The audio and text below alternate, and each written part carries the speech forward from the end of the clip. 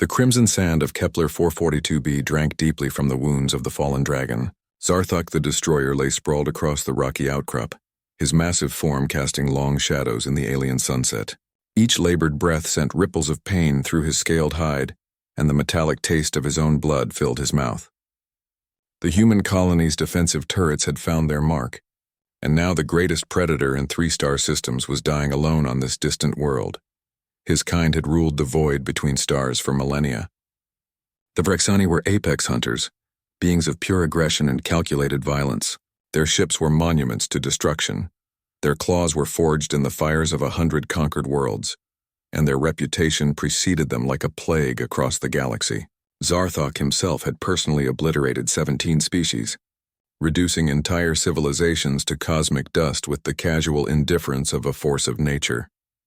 The irony was not lost on him that he would meet his end on such an insignificant rock, brought low by a species barely out of their technological infancy. Humans were supposed to be easy prey. Their colonies were scattered, their defenses primitive, their military tactics laughably predictable. The intelligence reports had painted them as soft, emotional creatures who valued individual lives over strategic necessity. Perfect victims for the Vrexani war machine. But the humans of Kepler 442b had surprised him. When his assault force descended from the stars like vengeful gods expecting the usual terror and surrender, they found instead a population that fought with desperate fury. Every human, from children barely old enough to hold weapons to ancient elders who should have been cowering in shelters, had stood their ground. They turned their mining equipment into improvised artillery, their agricultural compounds into fortress walls, their very homes into death traps for his warriors. Zarthok had led the charge personally, as was his way. His massive form, standing 3 times the height of any human, had crashed through their defenses like a living avalanche. His natural armor had deflected their small arms fire. His claws had rent their barriers asunder, and his roar had shattered glass across half the settlement. For a moment it seemed the old ways would prevail, and another species would learn to fear the name Vrexani. Then came the explosion that changed everything. A human engineer, mortally wounded and pinned beneath debris, had triggered a chain reaction in the colony's fusion reactor. The blast had vaporized 3 city blocks and sent Zarthok tumbling through the air like a broken toy. When he struck the ground kilometers away, something fundamental had snapped inside him. Not just bones and organs, though those were certainly damaged beyond any hope of natural healing. Something deeper had broken. Something that connected him to the primal rage that had defined his entire existence. Now he lay in the growing darkness, watching twin moons rise over the alien landscape. His enhanced vision could see his own life essence pooling beneath him, a dark mirror that reflected the star-filled sky above. The pain was becoming distant, abstract, like something happening to someone else entirely. His people had no word for surrender, no concept of peaceful death. A Vrexani died fighting or died in shame, and Zarthok had clearly chosen the latter. His communicator crackled weakly beside him, broadcasting the retreat signal from his surviving forces. They would return to the fleet without him, report his death in battle, and probably glass this entire world from orbit in his honor. It was the way of things. The humans would die. Their brief moment of defiance would be forgotten, and the Vrexani would continue their eternal hunt among the stars. His death would mean nothing in the grand scheme of things, just another casualty in an endless war. The irony tasted bitter in his mouth. He had come here to hunt prey and had instead found something he had never encountered before. Something that the intelligence reports had completely failed to capture. These humans fought not just for territory or resources or even survival in the abstract sense. They fought for each other, with a ferocity born not of predatory instinct but of something else entirely. Love, perhaps, though the concept was alien to his kind. Loyalty beyond logic. A willingness to sacrifice everything for the protection of their young, their families, their community. It was weakness by any rational measure. It was also the reason they had managed to wound him mortally while losing hundreds of their own. They had thrown themselves into his claws without hesitation, buying time for others to escape, to reload, to aim their makeshift weapons at vulnerable spots in his armor. Each human death had been a tactical victory for him and somehow also a strategic defeat. They had bled him with their sacrifice, weakened him with their courage, and ultimately brought him down through sheer determination to protect what they held dear.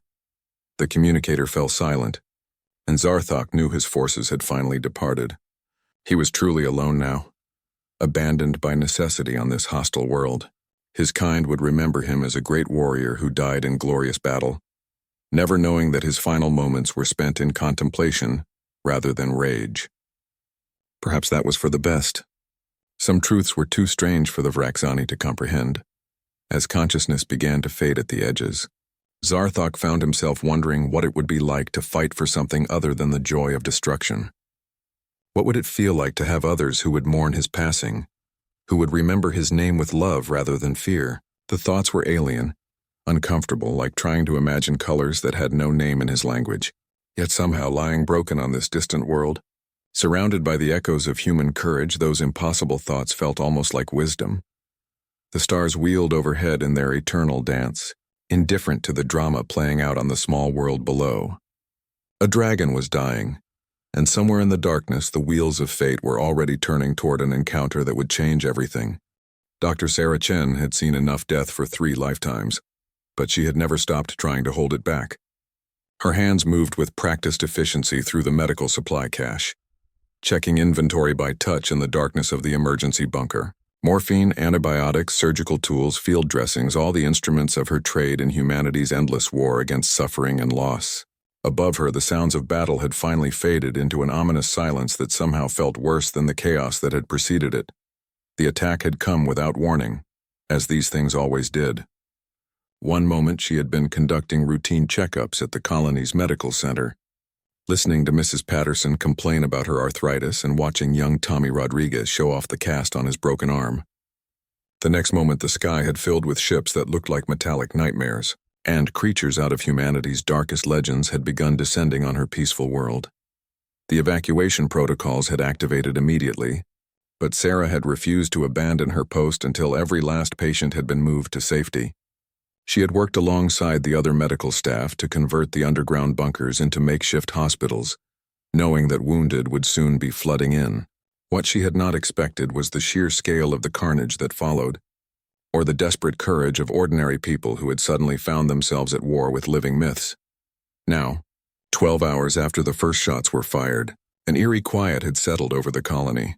The last radio transmission had spoken of victory at a terrible cost, of the alien force retreating to orbit after suffering unexpected losses. The words should have filled her with relief, but Sarah knew better than most what victory looked like in medicine. It usually meant that more people had lived than died, but it never meant that death had been defeated entirely. Her scanner chirped softly, detecting a life sign approximately 2 kilometers from the bunker. Sarah frowned at the reading. The signature was massive, far larger than any human, and the bio-readings were completely alien. It had to be one of the attackers, probably wounded and left behind by their retreating forces. Standard protocol was to report the contact to the Colonial Defense Force and let them handle any surviving threats. But the medical oath was older than protocols, older than politics, older than the fear that had driven her species to this distant world in search of safety. Sarah had sworn to preserve life wherever she found it, to heal the sick and comfort the dying without regard for their origin or allegiance. The scanner showed failing vital signs, massive trauma, and approximately 4 hours until complete system shutdown. Someone was dying out there in the darkness, and she was the only person in position to help. Sarah grabbed her field kit and emergency medical supplies, loading everything into a portable cart designed for rough terrain. The rational part of her mind screamed warnings about alien biology, toxic blood, potential diseases, and the very real possibility that she was walking into a trap. But the healer in her, the part that had driven her through medical school and decades of emergency medicine, refused to listen to fear when there was suffering to be addressed. The journey across the devastated landscape took 30 minutes of careful navigation through rubble and crater-marked ground. The colony that had been her home for 5 years was barely recognizable. Buildings had been reduced to skeletal frameworks. The central plaza was a smoking crater, and the smell of ozone and burned metal hung heavy in the air. Here and there, she could see the remnants of defensive positions where her neighbors had made their stand against impossible odds. The scanner led her to a rocky outcrop beyond the colony's perimeter, where the life sign pulsed weakly against the background radiation. What she found there challenged every assumption she had made about their attackers. The creature was enormous, easily the size of a small building, with scales that gleamed like polished obsidian and wings that could have blotted out the sun. It looked exactly like the dragons of human mythology, except for the obvious technological augmentations that marked it as something from the stars rather than from fairy tales. The creature's eyes opened as she approached, revealing intelligence that was alien but unmistakable. They were the eyes of a being that understood exactly what was happening to it, that recognized the approach of death with the clarity that came from a lifetime of dealing it to others. Sarah could see no trace of the savage fury that the colonists had described, no hint of the predatory violence that had carved a path of destruction through the settlement. Instead, she saw something that transcended species boundaries, something that every doctor learned to recognize in the faces of their patients. She saw someone who was afraid to die alone. Sarah stopped just outside what she estimated to be claw range and slowly removed her scanner from her belt. The creature's vital signs were even worse up close, showing massive internal bleeding, probable spinal damage, and what appeared to be some form of toxic shock. By human standards, the patient should have been dead already. Whatever alien physiology kept the creature functioning was failing rapidly, buying minutes rather than hours. The creature's massive head shifted slightly, tracking her movement with obvious effort. When it spoke, the words came out in a voice like grinding stone, filtered through some kind of universal translator that rendered the alien language into accented but understandable English. The question it asked was not what Sarah had expected from a wounded predator. "Why do you approach without weapons, small healer? Do you not know what I am?" Sarah found her voice after a moment of shock. She had expected roars of rage, threats of violence, perhaps attempts at intimidation designed to drive her away. She had not expected a philosophical question delivered in a tone of genuine curiosity. "I know you're hurt," she said simply. "I know you're dying. That's all that matters to me right now." The creature's eyes, each one larger than Sarah's entire head, studied her with an intensity that made her feel like a specimen under a microscope. "I am Zarthok the Destroyer," it said finally. "I have ended civilizations. I have turned worlds to ash. I came here to hunt your kind for sport. Do you still wish to preserve my life knowing this?" Sarah considered the question seriously, weighing her oath against the reality of what this creature represented.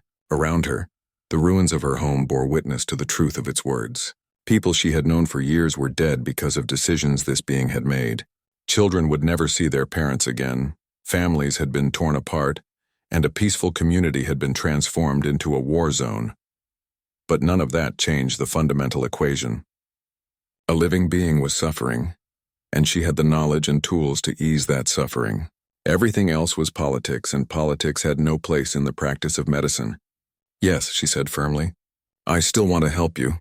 For the first time since she had arrived, something changed in the creature's expression.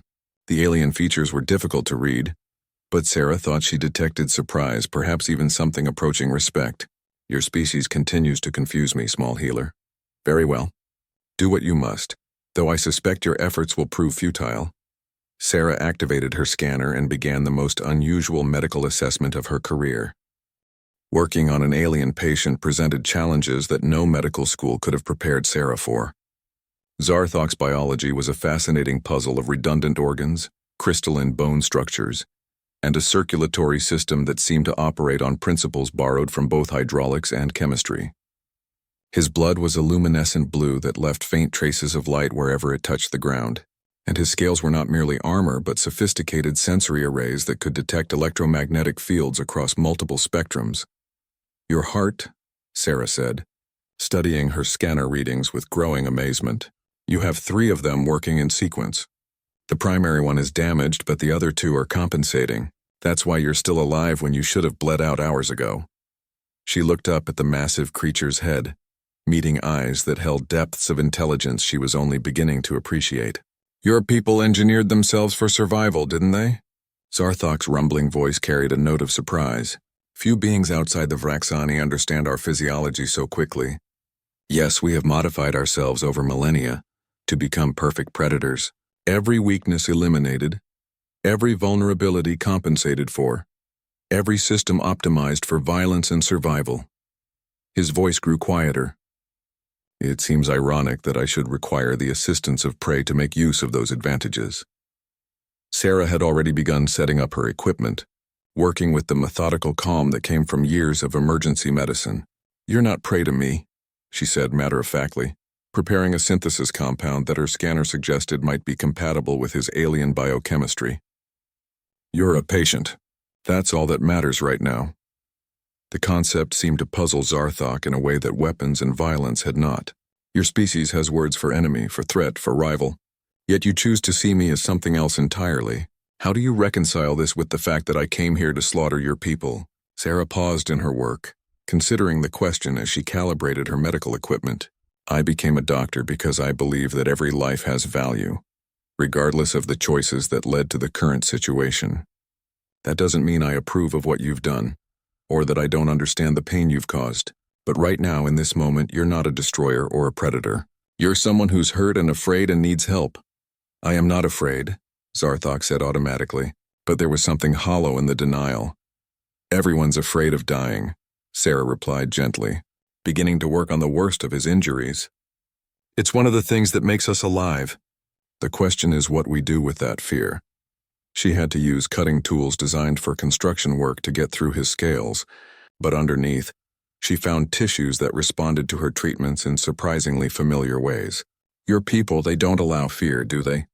Zarthok was quiet for a long moment, watching her work with an intensity that made Sarah acutely aware of how vulnerable she was.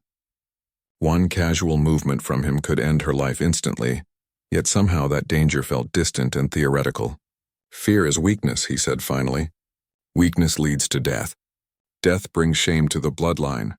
These are the fundamental truths of Vraxani existence." "That must be exhausting," Sarah said, applying a synthesis bandage to a particularly deep wound.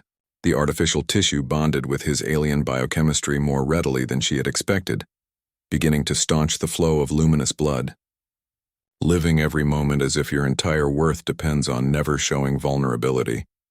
The observation seemed to strike Zarthok like a physical blow. "You cannot understand. You are prey.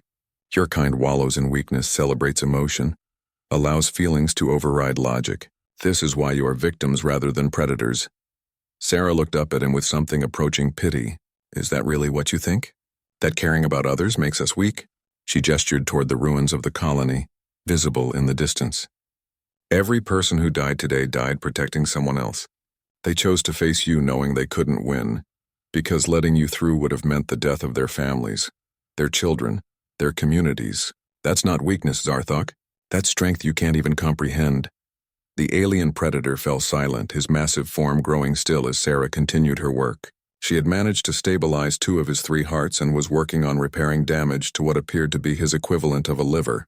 The work was delicate, requiring her to adapt human medical techniques to alien biology, but she was making progress. More importantly, she was beginning to understand the being she was trying to save. "Your people," Zarthok said eventually, his voice softer than before. "They fought beyond all reason. I have conquered 17 species, and none of them fought as yours did today. Most surrender when they realize the futility of resistance. Some flee to preserve their lives. A few fight with desperate fury born of instinct, but your people fought with something else entirely. Love," Sarah said simply, not looking up from her work. "They fought because they loved something more than they feared death. Their families, their community, their future. When you love something that much, dying to protect it doesn't feel like a sacrifice. It feels like a privilege."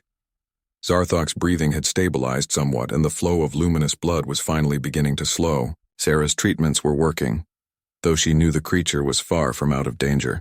More importantly, something had changed in his demeanor. The predatory tension that had marked his every movement was fading, replaced by something that looked almost like contemplation. "I do not understand this concept," he admitted. "The Vraxani mate for genetic advantage and raise offspring to be superior predators. Attachment is discouraged. Individual bonds are seen as tactical vulnerabilities. We are taught that the only love that matters is love of the hunt, love of victory, love of dominance over inferior species." Sarah finished sealing the major wounds and began working on the more complex internal damage. "That sounds lonely," she said quietly. "To go through life never allowing yourself to care about anyone. Never having anyone care about you beyond your usefulness as a weapon. Loneliness is another form of weakness," Zarthok replied, but there was less conviction in his voice than before. "No, Sarah said firmly, meeting his alien gaze directly. Loneliness is the price you pay for refusing to be vulnerable. And vulnerability isn't weakness, it's courage. It takes courage to open yourself to loss, to pain, to the possibility that someone you care about might be hurt or killed. The strongest people I know are the ones who love deeply despite knowing how much it can hurt. The silence that followed was different from the hostile quiet that had marked the beginning of their encounter. This was the silence of someone wrestling with concepts that challenged everything they had been taught to believe. Sarah continued her work, giving Zarthok time to process ideas that were clearly alien to his worldview. When he spoke again, his voice carried a note of confusion that was almost childlike. If attachment brings pain and vulnerability invites death, why do your people choose these things? What advantage do they provide?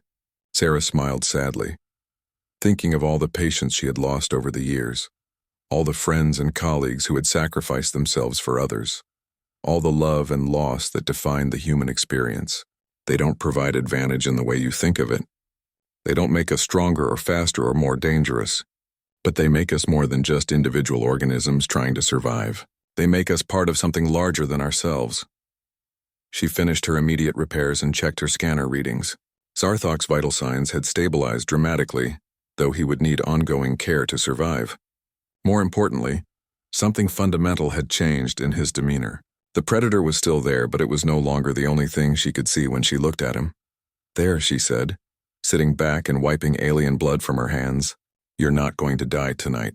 But we need to talk about what happens next." The question of what came next hung in the air between them like a bridge neither was sure they wanted to cross. Sarah packed her medical equipment with methodical precision, buying time to think through the implications of what she had done. By saving Zarthok's life, she had potentially preserved one of the galaxy's most dangerous predators. The rational part of her mind whispered that she should walk away now, report his location to the colonial authorities, and let them decide his fate. But the larger part of her, the part that had driven her to become a healer in the first place, recognized that her responsibility did not end with stabilizing his injuries. She had glimpsed something in this alien being that transcended the simple categories of predator and prey, something that suggested the possibility of change. Whether that possibility could become reality remained to be seen. "Your people will hunt me," Zarthok said, his voice carrying a note of resignation. "When they discover that I survived, they will come for me with weapons designed to finish what their defenses began." This is logical. This is what I would do in their position. Sarah looked up at him, noting how different he seemed now compared to when she had first arrived. The predatory alertness was still there, but it was tempered by something that looked almost like introspection. "You're probably right. The Colonial Defense Force lost a lot of good people today. They're not going to be in a forgiving mood. Then why did you save me?" The question was asked without accusation, with genuine curiosity about motivations that clearly baffled the alien warrior. "You have preserved a threat to your people. You have acted against your own species' interests. By any logical measure, your actions constitute treason." Sarah considered the question seriously. It was not the first time she had been forced to examine the ethical implications of her medical oath, though the circumstances had never been quite this extreme. "Because," she said finally, "I believe that every person has the capacity to change, even you. Especially you." Zarthok's massive head tilted slightly, a gesture that was surprisingly human in its expression of puzzlement. "You know nothing of my nature. You have seen me for mere hours while wounded and diminished. What makes you believe that I am capable of becoming something other than what I am?" "The fact that you're asking the question," Sarah replied simply. "A true monster wouldn't be wondering about their capacity for change. They would simply be planning their next attack." She finished packing her equipment and settled herself on a nearby rock, making it clear that she was not planning to leave immediately. "Tell me about your life before today. What was it like being Zarthok the Destroyer?" The request seemed to surprise him. "You wish to hear stories of conquest? Of worlds reduced to ash and species driven to extinction? This seems an odd request from one who has just preserved my life." "I want to understand who you were," Sarah said patiently, "so I can better understand who you might become." She gestured toward the ruins of the colony visible in the distance. "Today changed something for both of us. You're not the same being who led the attack on our settlement, and I'm not the same person who treated broken bones and mild infections. We're both different now, and I want to know what that means." Zarthok was quiet for a long moment, his alien gaze fixed on the star-filled sky above. When he spoke, his voice carried a weight of memory that spanned decades. "I was hatched on a world called Vrakthos, the breeding ground of the warrior caste. From my first breath I was trained for violence. My clutchmates and I competed for resources, for training opportunities, for the attention of our instructors. Weakness meant death. Mercy meant shame. Only the strongest survived to join the fleets." Sarah listened without comment, recognizing the beginning of a story that might help her understand the being she was trying to save. "I excelled at the art of destruction," Zarthok continued. "My first kill was a clutchmate who showed hesitation during a training exercise. My first hunt was against a species called the Melody, beings of crystalline beauty who created music from the harmonics of stellar wind. They were peaceful, artistic, utterly defenseless. I personally silenced their songs forever." The casual way he described genocide made Sarah's stomach turn, but she forced herself to remain composed. This was not about judging his past actions, but about understanding the context that had shaped him. "How did that make you feel?" she asked quietly. "Feel?" Zarthok's voice carried genuine confusion. "I felt pride in my efficiency, satisfaction at proving my worth to the war leaders, anticipation for the next hunt. These are the only emotions the Vraxani are taught to recognize. But underneath all that," Sarah pressed gently, "what did you actually feel? Not what you were supposed to feel, but what you really experienced when you watched an entire species die." The question hung in the air for nearly a minute before Zarthok answered. "Nothing," he said finally. But there was something in his voice that suggested the answer was not entirely honest. "I felt nothing because feeling anything else would have been weakness. Doubt leads to hesitation. Hesitation leads to death. This is the way of the warrior." Sarah recognized the sound of someone reciting conditioning rather than expressing genuine belief. 17 species, she said thoughtfully. 17 civilizations that will never create art or music or literature again because of decisions you made. That's a heavy burden to carry, even for someone trained not to feel it. "It is not a burden," Zarthok replied automatically, then paused as if surprised by his own words. "It was not supposed to be a burden? Achievement in the hunt is the highest honor a Vraxani can attain. Each conquered species added to my legend, to my status within the hierarchy of predators. But today," Sarah said carefully, "when you fought our people and they chose to die rather than surrender, you saw something that challenged that worldview. You saw people fighting not for glory or status or dominance, but for something you'd never encountered before." Zarthok's massive form shifted slightly, and Sarah could see him struggling with concepts that had no place in his warrior culture. They fought without hope of victory. They died protecting beings weaker than themselves. They chose sacrifice over survival. By every measure of Vraxani philosophy, they were fools. Yet they defeated you, Sarah finished gently. Not through superior strength or better weapons, but through something you'd never faced before. They had something worth dying for, and that made them stronger than fear. The silence that followed was profound. Sarah could almost see the internal struggle taking place behind Zarthok's alien features, the collision between everything he had been taught and the evidence of his own experience. When he spoke again, his voice was barely above a whisper. "I do not know what I am supposed to be now," he admitted. "The destroyer has been destroyed, but I do not know what remains. Your people have shown me something that calls into question everything I believed about strength and weakness, about predator and prey, about the nature of existence itself. I am lost in ways that have no name in my language." Sarah felt a surge of something that might have been hope. "Being lost is the first step toward finding a new direction," she said softly. "The question is whether you want to find that direction, or whether you want to cling to what you were before." Zarthok turned his massive head toward her, and in his alien eyes, Sarah saw something she had never expected to find in a galactic predator. She saw someone who was afraid, not of death, but of the possibility of life without the certainties that had defined his existence. It was a very human expression on a very inhuman face. "If I choose to change," he said slowly, "what then? How does one who has been nothing but destruction learn to become something else? How does a predator learn to be anything other than a threat?" Sarah smiled for the first time since the attack had begun. "Very carefully," she said, "and with help." The next 72 hours tested both Sarah's medical skills and her faith in the possibility of redemption.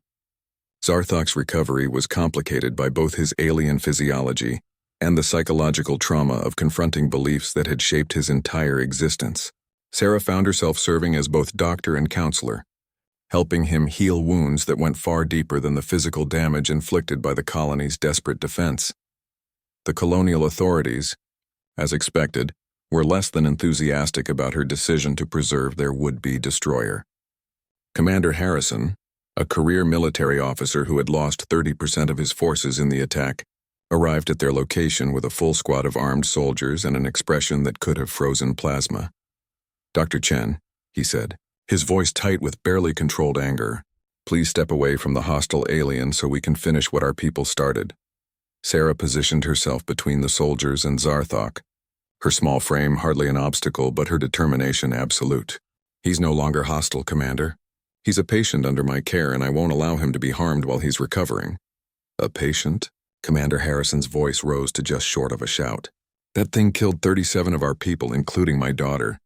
It's a monster, not a patient, and I'll be damned if I let it live to threaten us again." The revelation about his daughter hit Sarah like a physical blow, and she felt her resolve waver for a moment. She could see the pain in the commander's eyes, the raw grief of a father who had watched his child die defending her home. For a heartbeat, she questioned whether her medical oath was worth the suffering it had caused this man. Then Zarthok spoke, his voice carrying a weight of regret that had not been there 3 days earlier. "Commander Harrison, I remember your daughter. She died protecting a group of civilian children, using her body as a shield when my claws would have reached them. Her courage was remarkable, even by the standards of your remarkable species." The commander's hand moved to his sidearm, but he did not draw it. "You remember her?"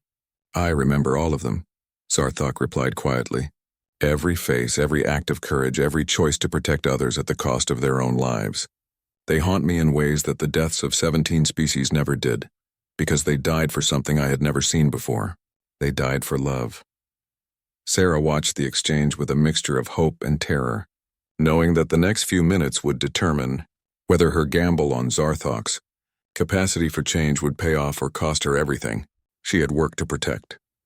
"My daughter was 23 years old," Commander Harrison said, his voice breaking slightly. "She had just gotten engaged to a young man from the agricultural sector. They were planning to have children, to build a life together on this world. You took that away from them. You took her away from me." "Yes," Zarthok said simply. "I did. And if I could trade my life for hers, I would do so without hesitation. But I cannot undo what I have done, Commander. I can only choose what I do with the life that Dr. Chen has preserved."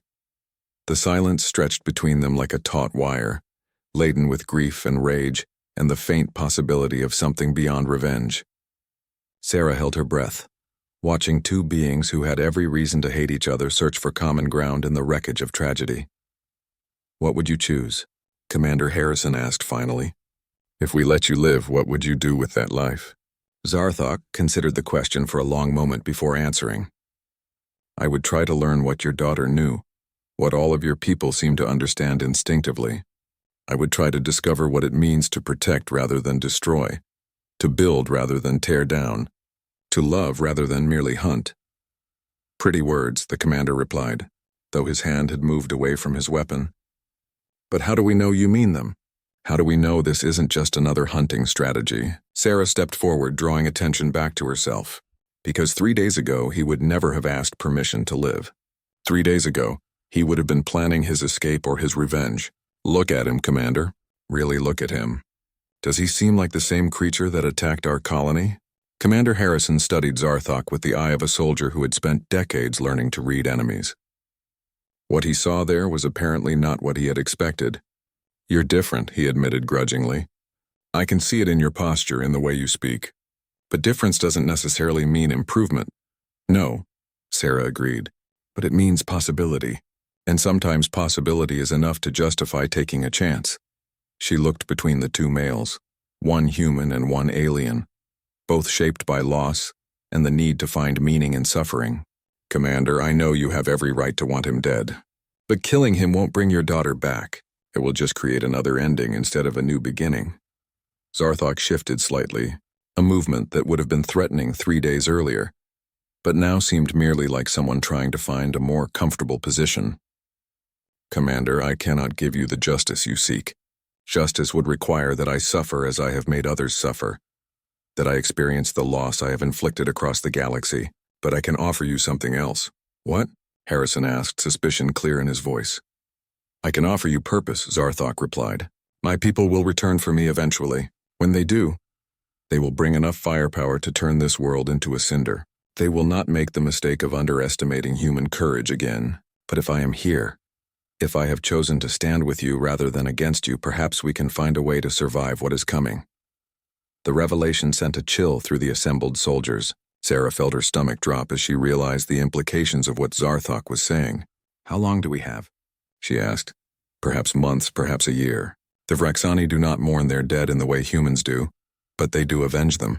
When they cannot recover my body, they will assume I died gloriously in battle and return to claim this world in my honor.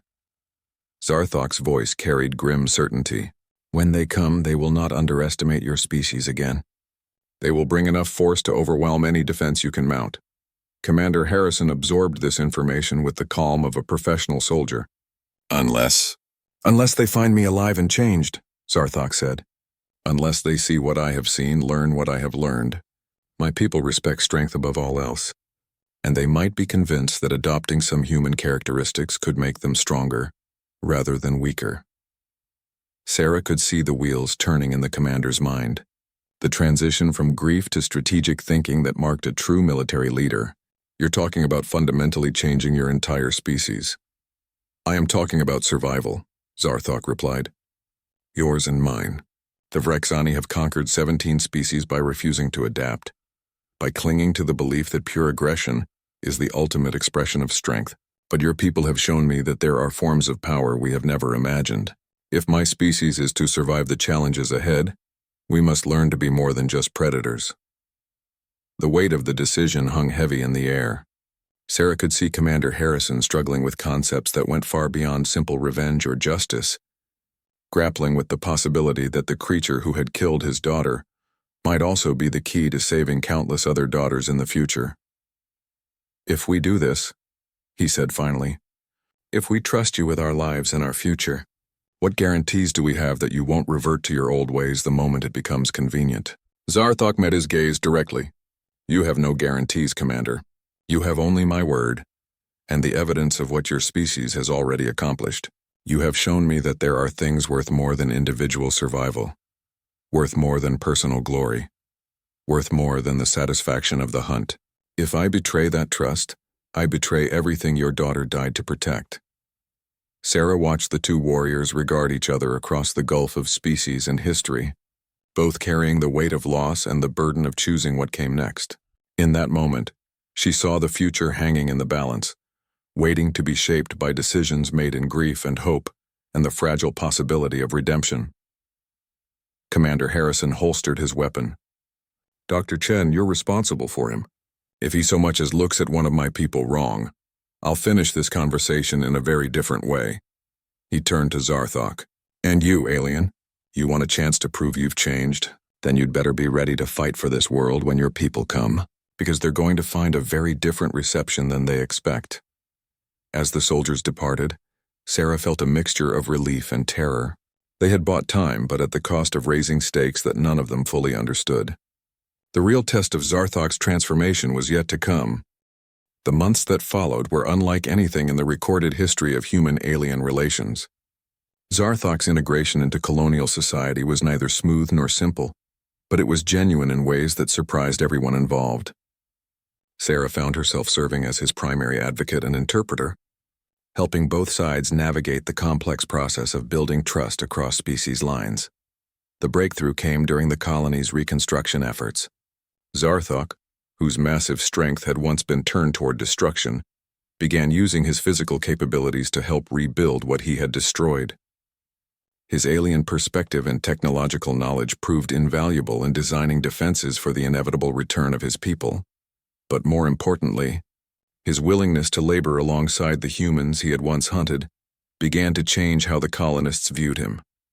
It was during one of these construction sessions that young Maria Santos, barely 12 years old and daughter of one of the casualties from the attack, approached Zarthok without fear. Sarah watched from a distance as the girl studied the alien with the frank curiosity that only children possessed.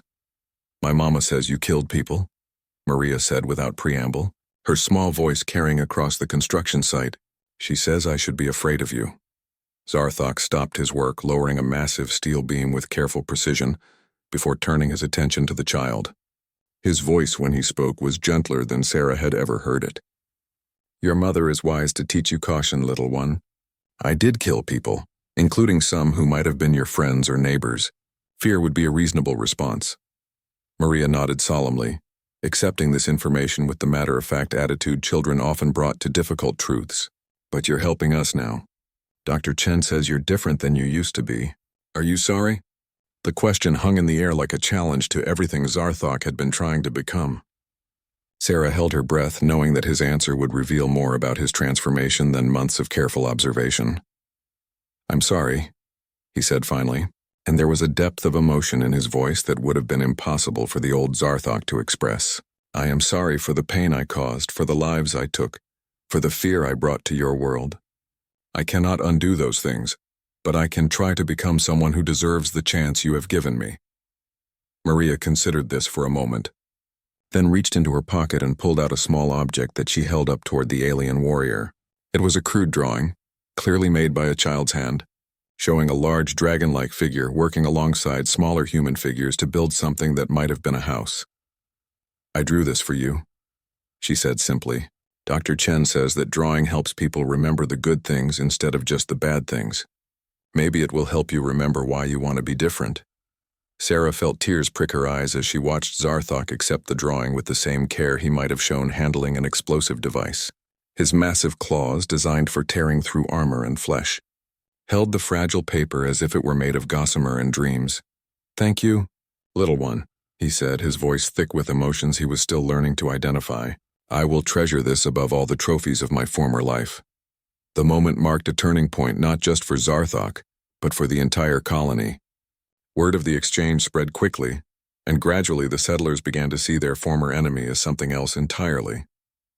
Not human, certainly, but not the monster they had first encountered either. Something new, something unprecedented in the long history of interstellar relations.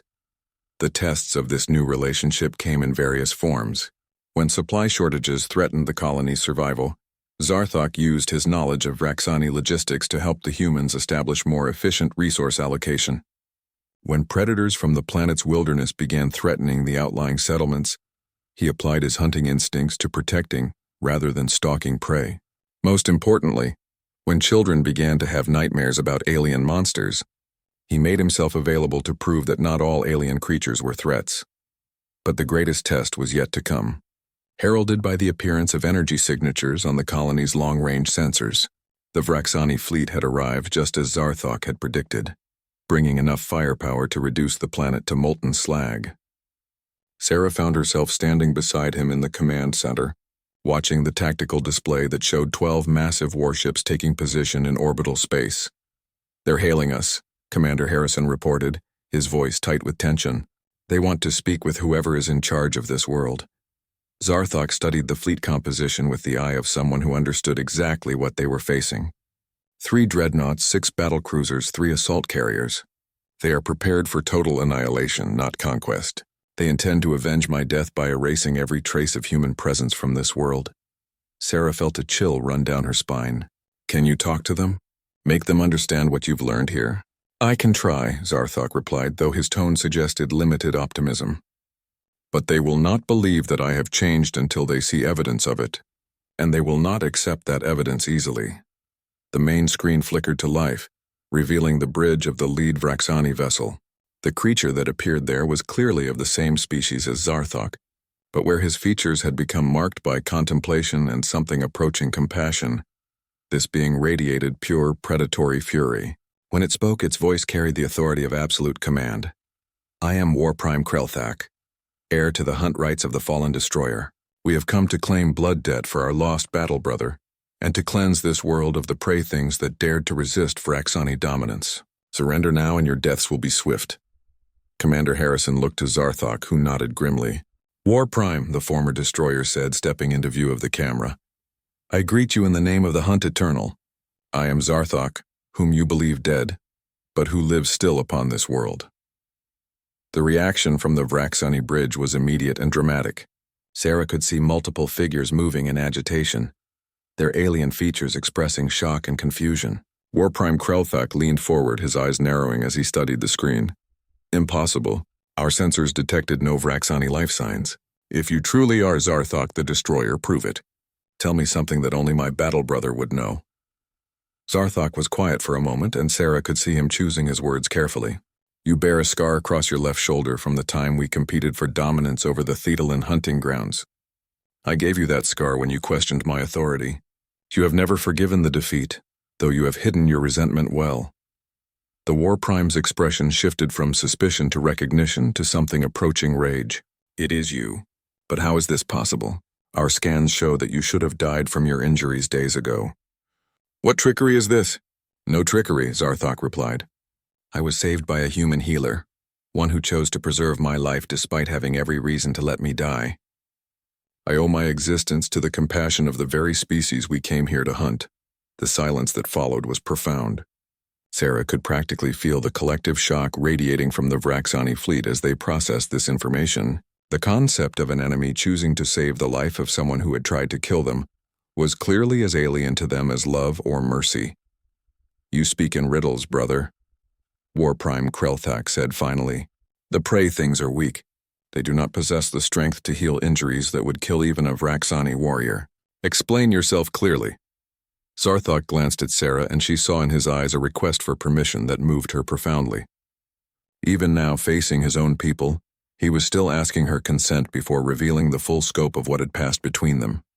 She nodded, and he turned back to the screen with the bearing of someone about to challenge everything his people believed about the nature of strength and weakness.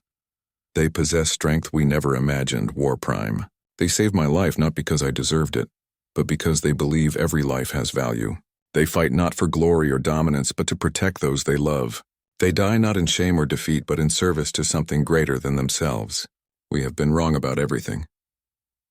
The words fell into the silence like stones into still water, creating ripples of shock that spread throughout the Vraxani fleet. Sarah watched the alien faces on the screen cycle through expressions of disbelief, rage, and something that might have been fear.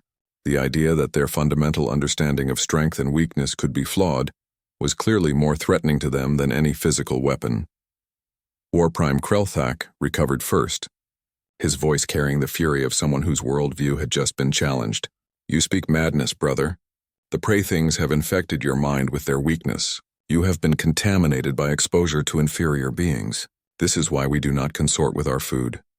Look at me, Krelthak, Zarthok said, his voice carrying new authority born not of aggression, but of conviction. Do I appear weak to you? Do I seem diminished by my contact with humans? I am stronger now than I have ever been. But it is a strength you cannot comprehend because you have never learned what it means to fight for something greater than your own glory. Sarah stepped forward, knowing that this moment would determine not just the fate of the colony, but potentially the future relationship between their species. War Prime Krelthak, she said, her voice steady despite the enormity of what she was attempting. I am Dr. Sarah Chen, the human who treated Zarthok's injuries. I would like to propose something unprecedented. The War Prime's attention shifted to her, and Sarah felt the weight of truly alien intelligence studying her with the intensity of a predator evaluating prey. You dare to address the War Prime of the Vraxani directly, prey thing? You show remarkable arrogance for one so small and defenseless. I show courage, Sarah replied firmly, which your people seem to confuse with weakness. I saved your battle brother's life not because I had to, but because I chose to. That choice was made not from fear or calculation, but from the belief that every thinking being deserves the chance to become something better than what they were. Commander Harrison moved to Sarah's side, his hand resting on his sidearm more from habit than any real belief that human weapons could affect the outcome of this confrontation. War Prime, we propose a test. Send a representative to our world. Let them see what Zarthok has seen, learn what he has learned. If after that time your representative believes that we are merely weak prey, then you can proceed with your original plan. The suggestion created a visible stir among the Vraxani command crew. Sarah could see them conferring in their harsh language. their body language suggesting intense debate about a proposal that clearly had no precedent in their military doctrine. "This is unprecedented," War Prime Krelthak said finally. "The Vraxani do not negotiate with prey species. We do not engage in philosophical debates with our food. We hunt, we conquer, we move on to the next hunt. This is the way it has always been." Zarthok stepped closer to the screen, his massive form filling the frame. "And where has that way led us, brother? We have conquered 17 species and learned nothing from any of them. We have spread across the galaxy like a plague, destroying everything we touch, leaving nothing behind but empty worlds and scattered ruins. We are the most successful predators in known space, and we are also the most isolated, the most feared, and the most alone." The words clearly struck home. Sarah could see something in the War Prime's expression shift, a crack appearing in the certainty that had defined his entire existence. "What would you have us become, Zarthok? Weak like these humans? Soft and emotional and vulnerable?" "I would have us become complete," Zarthok replied. "We have perfected the art of destruction, but we have never learned to create. We have mastered fear, but we have never experienced love. We have conquered worlds, but we have never built anything that others would choose to preserve. The humans have shown me that there are forms of strength we have never imagined, victories that do not require the defeat of others." Sarah felt a surge of hope as she watched the War Prime struggle with concepts that challenged everything he had been taught to believe. This was the crucial moment, the point where the future would be decided by the collision of old certainties and new possibilities. "If I agree to this test," War Prime Krelthak said slowly, "And our representative reports that you have indeed been weakened by contact with these humans." "then we will proceed with the cleansing of this world. There will be no further negotiation, no further chances. Do you accept these terms?" Zarthok looked at Sarah, then at Commander Harrison, then at the assembled colonists who had gathered to witness this unprecedented exchange. When he spoke, his voice carried the weight of someone who understood exactly what he was risking. "I accept," he said, "but I propose that I be your representative. Allow me to return to the fleet for one cycle, to report on what I have learned and to demonstrate the strength that comes from choosing to protect rather than destroy. If the War Council judges that I have become weak, then I will accept whatever fate they decree." The proposal clearly surprised the War Prime. "You would willingly return to face judgment, knowing that the penalty for contamination is death?" "I would," Zarthok replied without hesitation, "because I believe that truth is stronger than fear, that love is more powerful than hatred, and that the courage to be vulnerable is the greatest strength of all. If I cannot convince our people of this truth, then perhaps I do not deserve to live." Sarah felt her heart break a little at his words. After everything they had been through together, after watching him struggle to become something new and better, the thought of losing him to the rigid orthodoxy of his own people was almost unbearable. But before she could speak, something unexpected happened. Young Maria Santos stepped forward from the crowd of colonists, still clutching the drawing she had made for Zarthok weeks earlier. Her small voice carried clearly in the sudden silence. "Mr. Zarthok," she said, using the name the children had adopted for their former enemy, "you don't have to go if you don't want to. You're part of our family now. Families protect each other." The simplicity of the statement, delivered with the absolute conviction that only children possessed, seemed to affect the Vraxani more than any philosophical argument or strategic proposal. Sarah could see them struggling to process the concept of a prey species offering protection to a predator, of creatures they had dismissed as food-claiming kinship with one of their greatest warriors. Zarthok knelt down to Maria's level, accepting the drawing she offered with the same reverence he had shown before. "Thank you, little one. Your family has given me something I never knew I was missing. Now I must try to share that gift with my own people." He stood and faced the screen again, his bearing transformed by the simple act of acceptance from a human child. "War Prime, I will return to the fleet to face judgment. But know this, I return not as Zarthok the Destroyer, but as Zarthok the Protector. If that is weakness in your eyes, then I embrace that weakness gladly." The transmission ended, leaving the colony in stunned silence. Within hours, a Vraxani transport had descended to collect their former enemy, now transformed into something unprecedented in galactic history. As Sarah watched him depart, she felt the weight of everything they had accomplished together and everything that still hung in the balance. The next 72 hours were the longest in the colony's history.